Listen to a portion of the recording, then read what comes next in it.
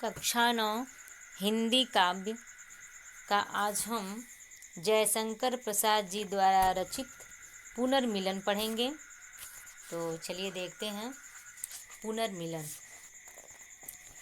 चौंक उठी अपने विचार से कुछ दुरागत ध्वनि सुनती, इस निस्तब्ध निशा में कोई चली आ रही है कहती, अरे बता दो मुझे दया कर कहाँ प्रवासी है मेरा, उसी बावले से मिलने को डाल रही हूँ मैं फेरा, उसी बावले से मिलने को डाल रही हूँ मैं फेरा। रूठ गया था अपनेपन से अपना सकी न उसको मैं, वह तो मेरा अपना ही था भला मनाती किसको मैं। यही भूल अब शूल सदृश हो साल रही उर में मेरे, कैसे पाऊंगी उसको मैं, कोई आकर कह दे रे, कोई आकर कह दे रे। ईड़ा उठी दिख पड़ा राजपद धुंधली सी छाया चलती, वाणी में थी करुण वेदना वह पुकार जैसी जलती, वह पुकार जैसी जलती। शिथिल शरीर वशन विशृंखल कबरी अधिक अधीर खुली, छिन्न पत्र मकरंद लुटी सी ज्यों मुरझाई हुई कली। नव कोमल अवलंब साथ में वय किशोर उंगली पड़ के, चला आ रहा मौन धैर्य सा अपनी माँ को जकड़े, अपनी माता को जकड़े। थके हुए थे दुखी बटोही वे दोनों ही माँ बेटे, खोज रहे थे भूले मन को जो घायल हो कर लेटे, जो घायल हो कर लेटे। चलिए अब हम इसके प्रसंग को देखेंगे, कठिन शब्द को देखेंगे। तो सबसे पहले हम टिक लगा देते हैं कैसे आप लिखेंगे, इसका क्या तरीका होता है। 1 मिनट, इसको हम देखिए यहाँ से चौक से लेकर के आप यहाँ जो पड़ी पाई है फेरा तक आप आदि अंत लिखोगे, यानी चौक लिखकर डैश डैश दे करके मैं फेरा तक लिखकर पड़ी पाई देकर प्रसंग लिखोगे, फिर संदर्भ लिखोगे। ठीक है, तो अब एक बता दिए हैं तो आप अपने अनुसार कर लोगे। जैसे आप देख रहे हैं यहाँ लास्ट पड़ी पाई दिख रहा है, फिर यहाँ दिख रहा है, ठीक है ना, फिर यहाँ दिख रहा है, तो ऐसे करके आप क्रमशः लगा लेंगे अपने मन से। चलिए देखिए कठिन शब्दों का अर्थ। दुरागत का अर्थ होता है दूर से आई, निस्तब्ध का अर्थ होता है शांत या शब्द विहीन कह सकते हैं। निशा का अर्थ होता है रात्रि। प्रवासी का अर्थ होता है विदेश में रहने वाला। ठीक है, तो चलिए सबसे पहले तो इस लेसन का मतलब समझिए। पुनर्मिलन, पुनर्मिलन नाम क्यों पड़ा इस पाठ का। पुनर्मिलन का अर्थ होता है दोबारा मिलना।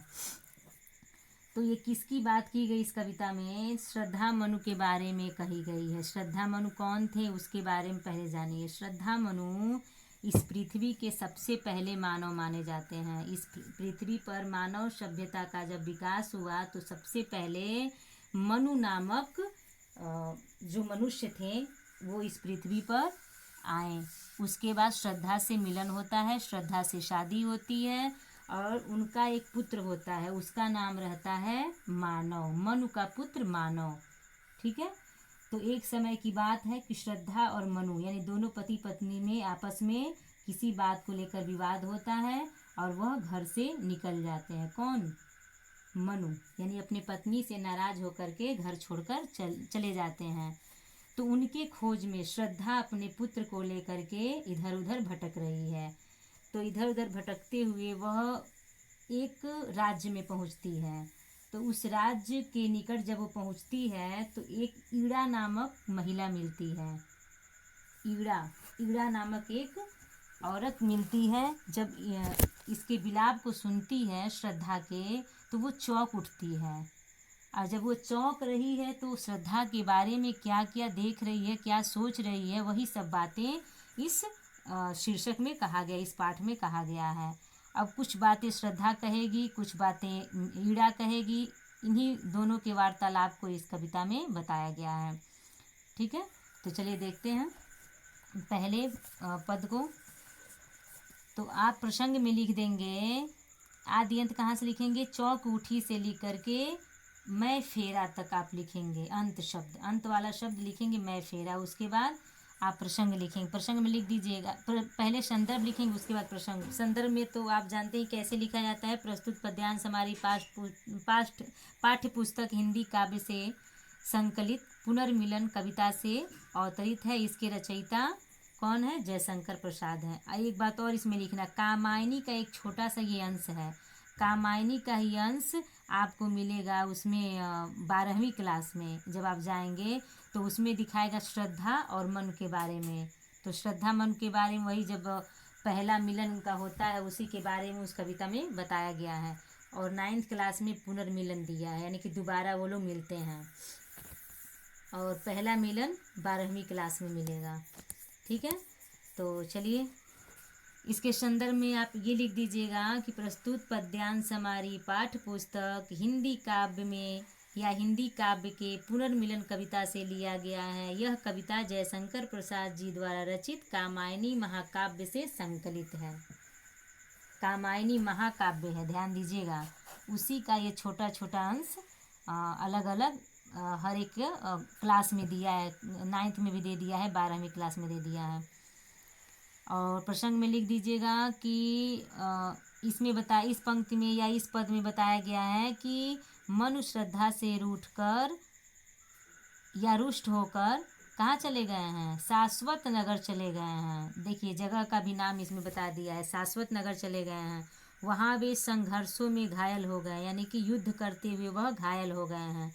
श्रद्धा ने उनकी इस स्थिति को स्वप्न में देखा और मन को ढूंढने के लिए निकल पड़ी। मन को खोजती हुई यहाँ श्रद्धा का वर्णन किया गया है। वह संघर्षों में घायल हो गए हैं। ये सपना में देखती, कौन? श्रद्धा सपना में देखती है कि वह संघर्ष करते हुए क्या हो गए? घायल हो गए। तो वह उठती है और अपने बच्चे को साथ में लेकर के उनको खोजने के लिए चल पड़ती है। तो चलिए अब व्याख्या पर ध्यान दीजिए। चौक उठी अपने विचार से, कुछ दुरागत ध्वनि सुनती। ध्वनि माने आवाज होता है। चौक जाने यानी कि आश्चर्यचकित हो जाना।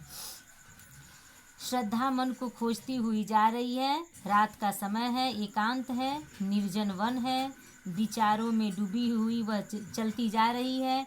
ईड़ा अपने विचारों में डूबी हुई बैठी है। अचानक दूर से आई आवाज़ सुनकर वह चौंक पड़ी। कौन चौंक पड़ी? ईड़ा नामक जो स्त्री थी वह चौंक जाती है। क्यों चौंक जाती है? श्रद्धा के विलाप को सुन करके। कुछ दुरागत ध्वनि सुनती, यानी कुछ दूर से आई हुई ध्वनि को सुन करके वह चौंक जाती है। इस निस्तब्ध निशा में कोई चली आ रही कहती। सोचने लगती है कि शांत शब्द विहीन सुनसान रात्रि में यह इस प्रकार कौन है जो इधर आ रही है और इस प्रकार आवाज करती आ रही है। किस प्रकार? अरे बता दो मुझे दया कर, कहाँ प्रवासी है मेरा। अरे मुझे कोई दया करके बता दो कि वह मेरा प्रवासी यानी विदेश में गया हुआ प्रियतम मेरा कहाँ चला गया। उसी बावले से मिलने को डाल रही हूँ मैं फेरा। फिर कहती है उसी पगले से मिलने के लिए मैं चक्कर काट रही हूँ। ठीक है, तो इसका आप अर्थ ऐसे लिख देंगे। बहुत आसान है, इसमें कोई कठिनाई नहीं है। बस थोड़ा सा ध्यान दीजिए, शब्दों का अर्थ समझिए, उसके बाद व्याख्या आप आसानी से कर लेंगे।